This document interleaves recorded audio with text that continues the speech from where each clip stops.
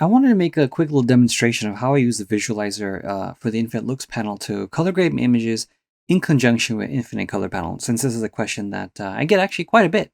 And what I like to tell people is that the visualizer is a great way to finding a color grade that you like, and the Infinite Color Panel is a good way to tweak that specific color palette that you're looking for. So for instance, let me go ahead and open the visualizer, which I've done now. I'm going to click on Refresh Image to make sure that the image is updated.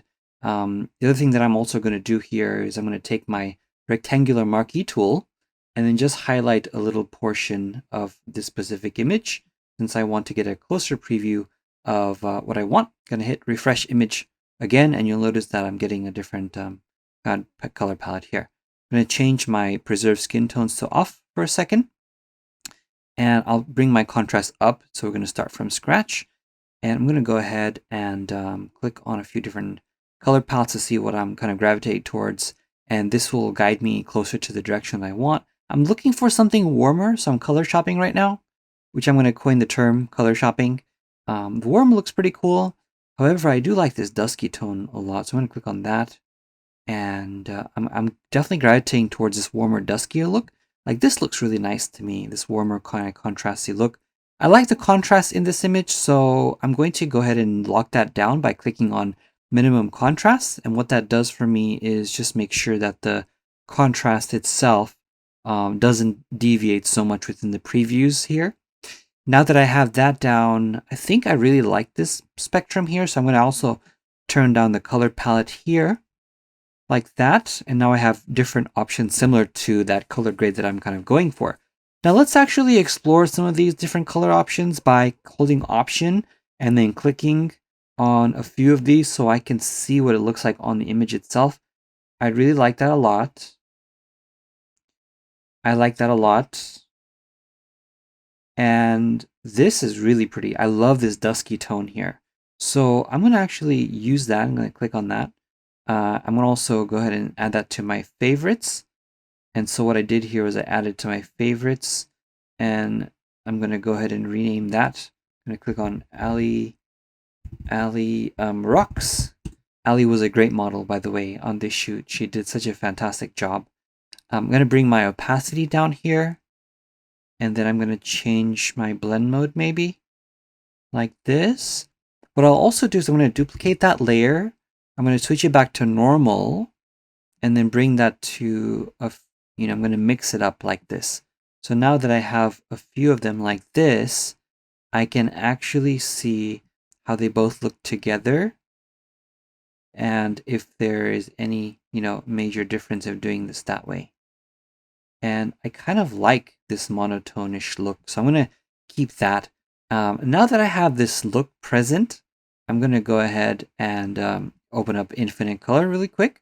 And then now I'm going to make a few variations to that. I'm going to turn off my color lookup because I don't have that loaded at the moment. And I typically don't use color lookup anyway, especially when the visualizer is there for me.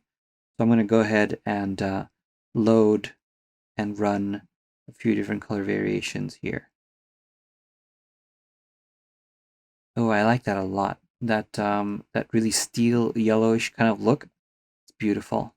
Also going to group this into one as well with Command G. Now this is Infinite Looks panel and then Infinite Color. Let me bring down the Infinite Looks panel a little bit too because it's really contrasty. And I'm going to bring a nice balance between these two. Turning Infinite Color off and on, I'm going to bring this here in the center so you can see a little bit better. I'm going to turn this on and off, my Infinite Color. You can see this nice muted steel look that I like. That's the only way I can describe it. And then turning the Infinite Looks panel off and on as well gives you an idea of what direction we've come into. Now, what I like about this is that when I turn both of these off, it's a good base to start with. The Infinite Looks panel added some contrast to the mix, which is nice. It also added and started that monochrome kind of feel. And then with the Infinite Color panel, I was able to get this nice, like I said, this more contrasty, specular vibe. So I like that a lot too. And I'm going to go ahead and select those two by hitting Shift and selecting both of those layers, hitting Command and G so I can group them all into one. And now this is my final color grade. Oops, I should spell that correctly. final color grade. There we go. So there you go. This is how I would use both of them in conjunction with each other. So if I find a look that I like with the looks panel, I'm going to use that. And then now that I have the infinite looks there and infinite color on top, I can decide, what opacity I want each of these specific layers. And I think that's also the other magic about it, is I can decide if any of these specific color adjustment layers needs to be fine-tuned or tweaked. And then I can do that by hitting shuffle on the one that I want to tweak.